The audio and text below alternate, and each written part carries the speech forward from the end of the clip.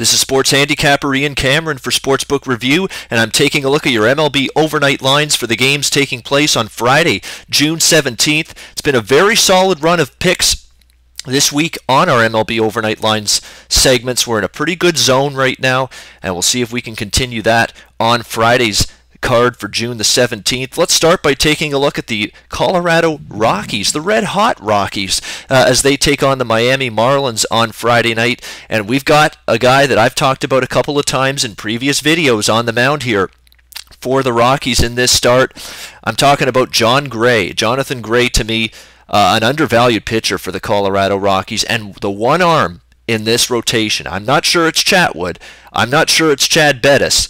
I'm convinced Gray is that one guy in this Colorado rotation who's got potential to be a top-tier ace-type pitcher for this franchise in the long term, and he's been terrific in his last 4 starts. He's allowed just 8 earned runs in his last 4 starts, over 27.1 innings of work. Colorado's gone 3-1 in those games. He'll be facing Miami for the first time, so that should be advantage pitcher with that, and he's been very solid on the road. In fact, early in the season, he was really struggling at Coors Field, but really from start to finish this year on the road, outside of that one bad start he had against St. Louis, he's been fantastic.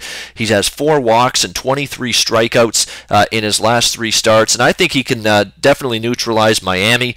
The Marlins lineup, it's been better of late, but I think against, top-tier, above-average pitching, the Marlins can be shut down, and they don't have a ton of familiarity with Jon Gray, so I think Gray can have another good outing here. Adam Conley, the lefty, will be on the mound here for the Marlins, and Conley is coming off a pretty bad outing, I should say, against the Arizona Diamondbacks. He allowed 6 runs on 11 hits in just 5 innings. His home ERA a little bit worse this season than on the road, where he has a 4.61 home ERA here at Marlins Park. And don't look now, the Colorado lineup has been really hitting well lately. They've scored 5 runs or more in 7 of their last 10 games, and they're finally starting to hit the ball away from Coors Field. Last year, the year before, you can go back years in the past, Colorado has had a ton of problems scoring runs consistently on the road. They've been able to just pile up the runs at home, but you get them outside of Coors Field in years past, and this lineup would really crawl into a shell. And really not be able to hit with any sort of the same type of production that they would at Coors Field. That hasn't necessarily been the case here. So far this season, they've been a better hitting team on the road than they've been in the past. So I think they could give Conley some trouble here in this particular game. And the Rockies are just playing great baseball overall right now.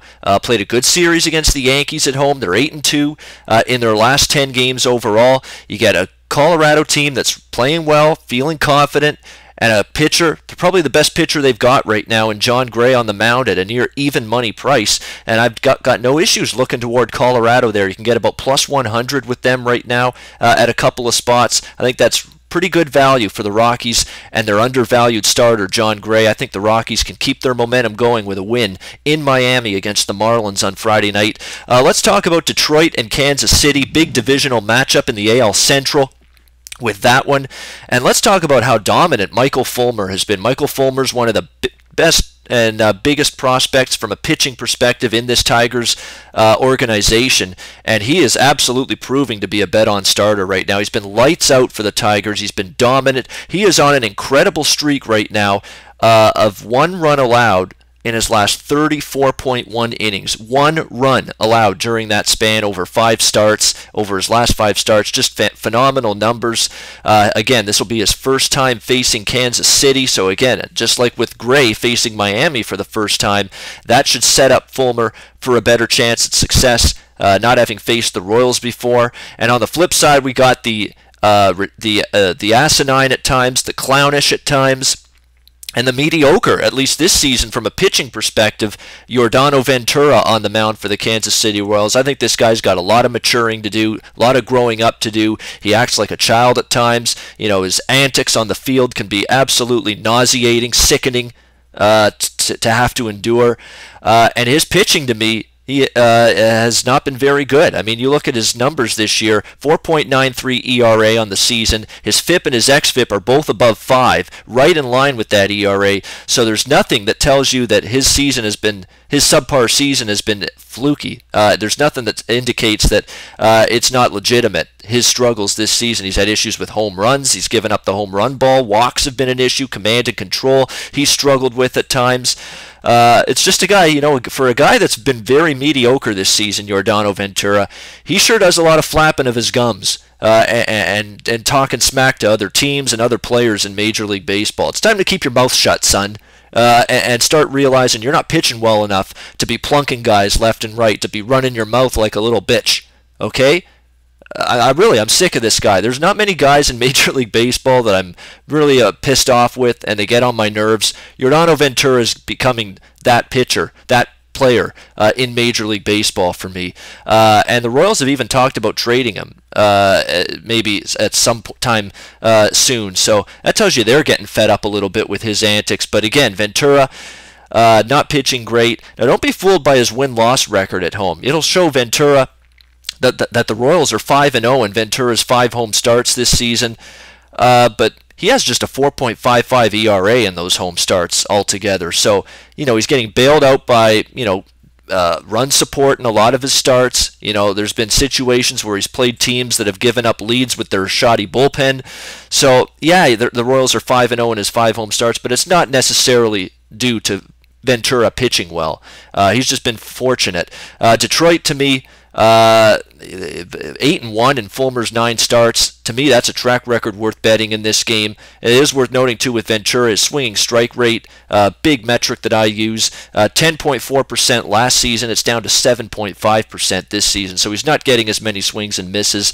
I want to back Fulmer at every opportunity right now. I'm a little bit upset that I haven't been betting on him previously to this, but I'm going to split my bet on Detroit in this game up a little bit. We know Kansas City's bullpen is still very good. I'm worried they might have an edge in the latter stages if it's close. So what I'm going to do is, I'm going to look at Detroit. Half of my bet will go on the first 5 innings, because I think Fulmer has the edge there over Ventura, and then half of it will go on the full game, just in case we get some shenanigans from a Detroit bullpen that isn't always reliable in the latter innings. So I'm going to look to Detroit in that game, but split the bet up, first 5 innings and the full game with the Tigers there over Kansas City. Let's look at the LA Angels and the Oakland Athletics, our next game up for the Friday, June 17th card. And here's our friend Kendall Graveman on the mound for Oakland. He's been our friend because we've bet against him a lot this year, a handful of times, with pretty good success. I think I'm going to go against him one more time here with as he faces the LA Angels. It's just Graveman has been very mediocre at best, a 5.28 ERA this season, and Oakland just hasn't been winning with Graveman on the mound. His walks are high. He's had some issues where he's given up some big innings at times. Oakland's just 3-9 in Kendall Graveman's 12 starts, including 1-4 in Graveman's 5 home starts here in Oakland. So those aren't numbers that I want to be betting on, that's for sure. And on the flip side, it's worth talking in depth here about Matt Shoemaker and just the resurgence this guy has undergone in his last several starts with the LA Angels. Matt Shoemaker early in the season really struggled, was having a hard time finding his way. Was getting hit hard, walks were an issue. He had the whole gamut of problems early on in the season for the LA Angels, and his ERA is reflective of that. His ERA for the season is 4.76. That's not very good. His road ERA 5.27.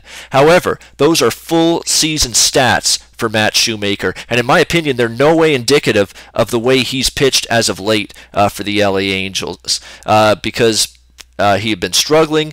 He was going through starts where he was giving up 6 runs to Seattle, 7 to Texas, 4 to St. Louis, and then the Angels got to the point, enough is enough, we're going to send you down for a little bit, see if we can get you back on track, because Matt Shoemaker didn't have a good year last year, but did have a good year 2 years ago. They wanted to see if he could figure things out. He came back up to the Angels, faced the Dodgers, 3 runs allowed in 5 innings, not a great start.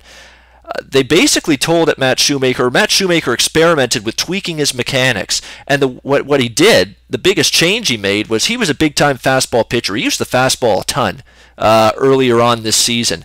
Well, he started to get away from using that fastball. When he was down in AAA, he started experimenting with more splitters, more off-speed pitches, more sliders, more curveballs, just trying to get away from using the fastball, because the fastball was the pitch that was getting hit more often than not from opposing hitters. So in the LA Dodgers game when he came back up, he was still using the fastball a lot, struggled a bit. And then it was not until that following start against Baltimore that he finally said, okay, I'm going to decrease my fastball usage. I'm going to start incorporating more splitters, more off-speed pitches. Let's see if maybe that can produce some better results for us. And lo and behold, in that start against Baltimore, he was brilliant. 3 hit shutout baseball, 7.1 innings, no walks, 12 strikeouts, and he's just carried it along right from that point. He's faced Baltimore, Houston, Detroit, the Yankees, Cleveland in his last 5 starts, and he's been absolutely fantastic with this newfound philosophy and this tweak in his mechanics, with just lessening the amount of times he uses the fastball and going with more, especially the splitter. I mean, he's really ramped up the usage of the splitter, and that's really the pitch that's getting a lot of swings and misses and strikeouts. I mean, look at Shoemaker's numbers since these mechanical adjustments. He's allowed just 8 runs in his last 38.1 innings of work over a span of 5 starts, 1 walk, 48 strikeouts in his last 5 starts. 48 strikeouts in his last 5 starts over 38.1 innings for Matt Shoemaker. Swinging strike rate, which was mediocre at best, has all of a sudden skyrocketed, jumped up from 9.1% to 14.2%. He has just completely transformed himself with this little tweak that he's made in his repertoire, in his pitching repertoire. And the result is these season-long statistics, which the betting markets are based on, they're not an accurate reflection right now of the way Matt Shoemaker has tweaked his delivery and the way he's pitched in his last 5 starts. And as a result, he's undervalued. There's value right now, as of this moment, to back Matt Shoemaker, and that's exactly what I'm going to look to do. And let's not forget the LA Angels, they're playing a little bit better. They're starting to hit a little bit better as of late. And I think they can go into Oakland here, and certainly I would give Shoemaker the edge over Graveman. That is for sure. You can get the LA Angels right now, minus 122, minus 128 in that range. We're already seeing some money start to trickle in on the Angels. I'm not the first one to notice that Matt Shoemaker's a different pitcher right now than he was earlier on in the season. So I'm going to look to the LA Angels here as a moderate road favorite. See if Matt Shoemaker can get the win and keep his dominance going against Kendall Graveman and the Oakland Athletics on Friday night. Let's take a look. Couple other games just in brief. Arizona, Philadelphia. Adam Morgan remains just a disaster for the Phillies. I think somehow, some way, if you can get a bet on Arizona, maybe their team total over, I wouldn't lay that price with the Diamondbacks, but they might be able to hit Adam Morgan there. Arizona does fare better as a team against lefties. Zach Davies, what to make of him? I mean, I keep thinking this guy is mediocre at best, but he's pitching a lot better of late. He'll be up against the young phenom for the LA Dodgers, Julio Urias, on the mound for them. And Urias, to me, pitched a lot better last time out against the San Francisco Giants. He's finally starting to get comfortable. Maybe you get an under out of that game at 7.5 with the total there. Toronto against Baltimore. Price a little bit too high for me to back Aaron Sanchez and the Jays, although I do think Toronto can hit Mike Wright. They've seen this guy enough. They've had some good success against him. Toronto should be able to get some runs in this game against Mike Wright, so maybe you look to Toronto there in some form. How about White Sox and Indians? Jose Quintana is just an absolute snake-bit pitcher. He pitches well enough to win just about every time he's on the mound for the White Sox. But look at the White Sox. They are 0-6 in Quintana's last 6 starts, and he's allowed 3 runs or less in the majority of those starts, and yet they still can't win for him. He's absolutely snake-bit. I actually think the price is cheap there with Cleveland. I respect Jose Quintana, but the bottom line is White Sox just aren't winning with him on the mound. And finally, Trevor Bauer has shown some consistency. Last 4 starts, he's allowed 3 runs or less in all 4 starts. He's pitching as good right now as he has at any point with this Cleveland Indians team. Finally maybe starting to show some consistency, so maybe you look to the Indians there. It's a pretty short price considering they've been the much better team of late, so maybe a lean to the Indians there. Not sure if I'll bet it myself, but lean to the Indians. Cleveland there, about a minus 122, minus 124 price in that one. That's about it for the games on Friday that interest me. That's a look at your MLB overnight lines for Friday, June 17th. A reminder that if I didn't mention any game on any of these MLB overnight lines videos, just so you know in the future, I try to be involved on YouTube with the comments. If you have a question about any of the games that I did not cover or talk about in this video, feel free to mention it. and I'll try to respond as quickly as I can. Pretty busy, but try to respond as quickly as I can with some sort of betting thought, opinion, lean on whatever game I did not mention in the video. A reminder, too, this weekend, Saturday and Sunday, I will be recording CFL Division preview videos for the upcoming CFL Canadian football season. It kicks off next Thursday, June 23rd. I can't wait for it. CFL has been a big-time moneymaker for me in years past, and I expect more of the same this year. We'll preview the East Division on Saturday with a video, and Sunday we will do a video for the West Division, maybe throw in a couple season win total recommendations and Grey Cup future odds and Grey Cup future bets that may be worth a look as well. And then starting next Wednesday, we will have basically CFL coverage every week here at sportsbookreview.com, previewing the upcoming week's slate of games from a betting perspective. So that's going to do it for me. I'm sports handicapper Ian Cameron for Sportsbook Review. Check out sportsbookreview.com every day for the latest and great sports betting information. And until next time, enjoy the games and good luck. Always on the go? Bet365 has one of the top mobile platforms in today's market. Sign up today and don't let your busy life keep you out of the game.